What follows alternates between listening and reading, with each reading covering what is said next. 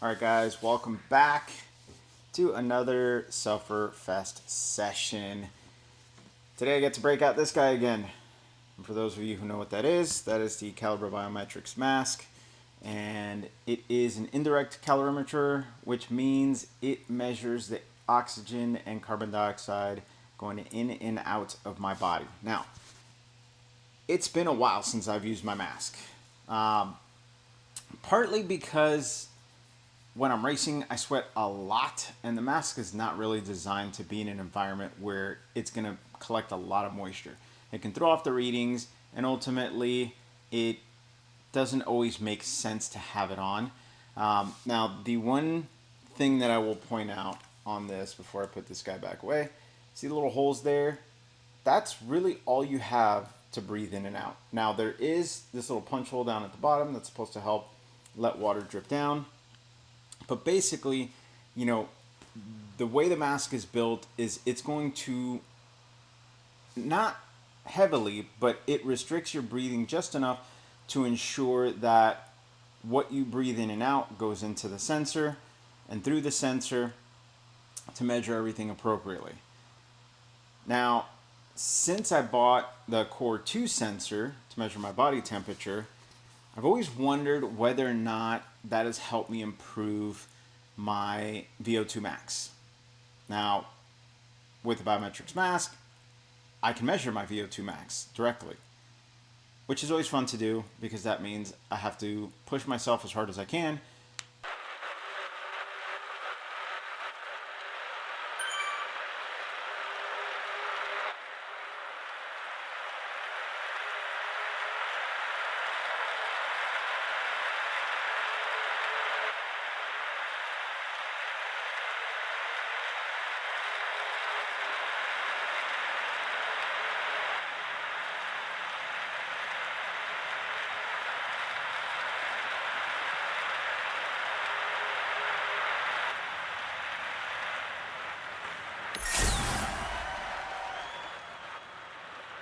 For not necessarily as long as I can. The protocol that Calibre recommends is not a very hard protocol. You do a warm up. After your warm up, you do about a 2 to 3 minute session all out, and then you do a short cool down after that. So nothing absolutely crazy, but I don't like testing it with their specific protocol only because I feel like that's not like a 2 to 3 minute effort for me is different than a all-out sprint, where in that 2 to 3 minute session I'm going to kind of restrict myself from going as hard as I can for as long as I can because I'm trying to stay within that 2 to 3 minute time frame. So I end up tapering my performance a little bit more just to make sure that I'm staying within that 2 to 3 minute boundary.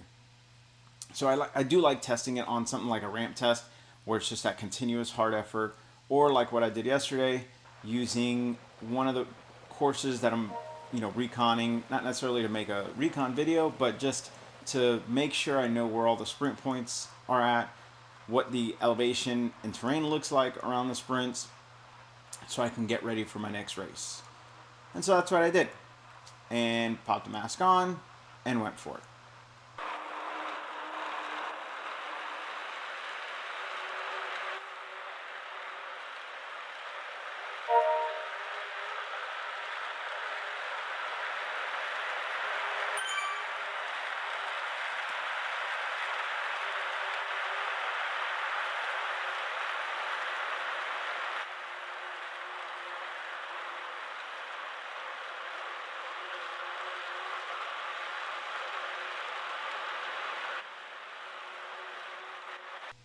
All right, guys, so as you saw, that was not an easy effort. I went as hard as I could on all the sprints, and lo and behold, I checked my VO2 max afterwards. Now, the new app update, they changed quite a bit around. Certain things you can see, certain things you can't see anymore. But I think the thing that people probably ask the most about that they added in is they calculate your VO2 max. So they show the peak VO2 on the app itself, but once you're done with your session, you go back into the app, You go into the session itself after it's saved, and it shows you what your actual VO2 max is. Now, it doesn't phrase it as VO2 max, it phrases it as like peak VO2 per liter per minute or something like that, or per kilogram per liter per minute, which is basically the entire formula on how to calculate it. The way you calculate your VO2 max is you take your peak VO2, so the oxygen consumed, multiply that by your weight, or sorry, you multiply that by 1,000, and then you divide that by your weight in kilograms. And so that's basically what it results to. Now, the last time I did this, my VO2 max was hovering in the 40s.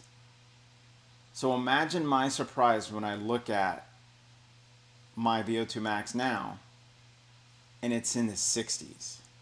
That is a huge leap. Now, the last time I used this mask was 6 months ago, maybe more, in terms of actual like performance testing. And I really got to say, a big part of that, I don't want to stand firm on this ground because I've not looked into it enough. But the only real thing that I've changed recently is I've all but eliminated carbs from my diet. So I only use a couple tablespoons of honey and basically like a juice energy drink for my races. And that's not, and I've only done that for specific races. I don't do that every race. And then all the heat training I've been doing.